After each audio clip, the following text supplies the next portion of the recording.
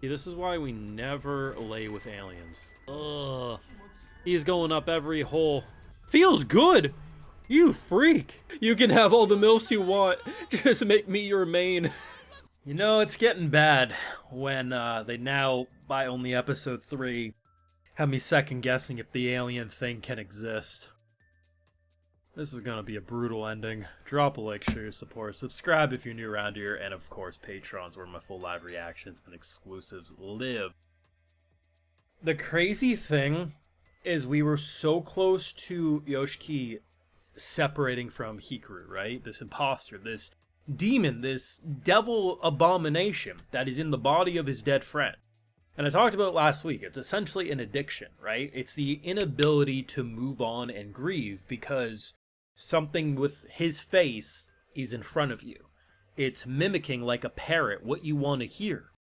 And to be honest, I really thought, while yes, the memories were shared because of the whole body exchange thing, I thought it knew what it was doing and it was very manipulative. And while that could still be a punchline, they legitimately had me questioning if this thing literally just wants to live or not. Because the way it tried to consume Yoshiki in this episode, and I mean between the fisting of the weird mouth in the chest to the slime going up every which hole, this show, alien sexual,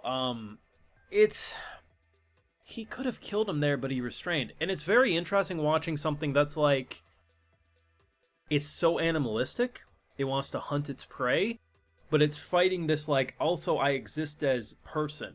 And now because they're merging, you see both sides lashing out, but legitimately it feels like I want to just exist by you. I know I'm fake, I know I'm a copy, but just let me exist near you. And with the almost realization from Yoshiki as a character, he isn't him. He looks like him, but he's his own person. If he can start treating him as his own person rather than a replacement, which it's going to be impossible to do perfectly because he looks like him, maybe there's a way not to have it be completely toxic, but at the same time, it feels like that woman is right in that either separating now or dying later is pretty much your options, because it feels like keeping a pet that's illegal for a reason, because no matter how well you train it, it's probably going to bite your arm off. In this case, probably everything of you off. Like, the thing is I don't know if it would go back to the mountain anyway, because during the whole little breakup session, he just kind of went to his room for a day and just like stayed there depressed. It's not like he immediately reluctantly went back to the woods. And from what we understand, Hikaru being in the woods, like in the mountainside, keeps the weird abominations all in one location. It's almost like a magnetic field that pulls it together. But it not being on the mountainside lets the creepy crawlies do their thing. Like, I feel like the best ending you could hope for is him going back to the mountain and we visit him from time to time. We won't get that, of course, but that's currently the best case scenario I can see, because even if we assume this thing truly will be good, on our side, be a person, what about all the other monstrosities coming down from the mountainside? You know? The thing is this show would have been so much easier to write having the viewer constantly doubt in Hikaru. Because this thing's a monster, it's an imposter, it's clearly manipulating his grief. But by only episode 3, you have me, the biggest skeptic of their relationship, damn it, saying, me, now I kind of think maybe he deserves his shot. As long as he wasn't the one to kill Hikaru, but at the same time, I'm still unsure about that one. All we know is he's using his body. The crazy thing, too, is his dad also didn't survive that mountain around the same time of the year, so what is going on? I don't know. Yoshiki's an idiot, though. I guess you could sort of say, grief kind of clouded his judgment. Why would you leave your... Let's just hope this man never actually cheats, because he will be found out real quick. He left his phone not even turned upside down, face up, his text message preview. He needs to be more careful. In 3 short episodes, this show has done a lot. It's explored a lot. It's made me feel a lot of different things.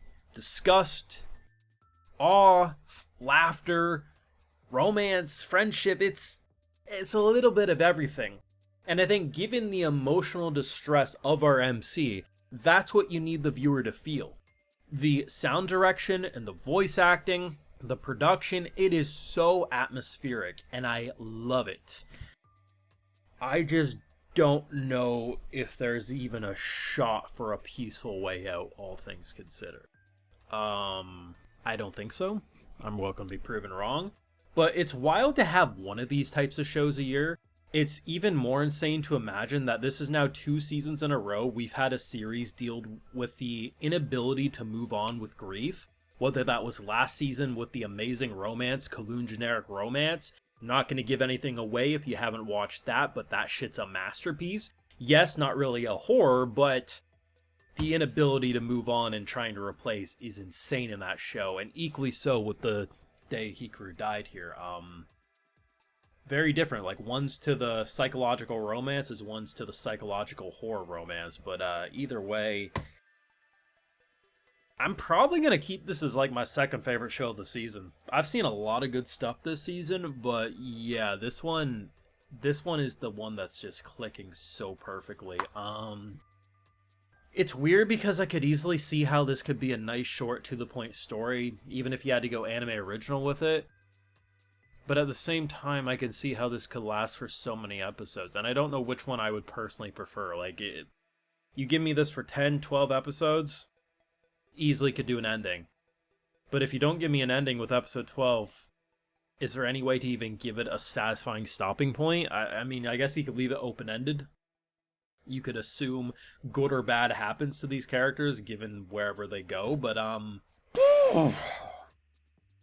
it's different. But between the chest fisting and the sludge in every hole, they have some weird, sexy fun times in this show. You let me know your thoughts and theories down below. Where do you think it's going from here? And do you agree with me? It's conflicting as hell, almost wanting to give this thing a shot, but knowing deep down you shouldn't. Imagine putting yourself in this guy's shoes with the emotional attachment.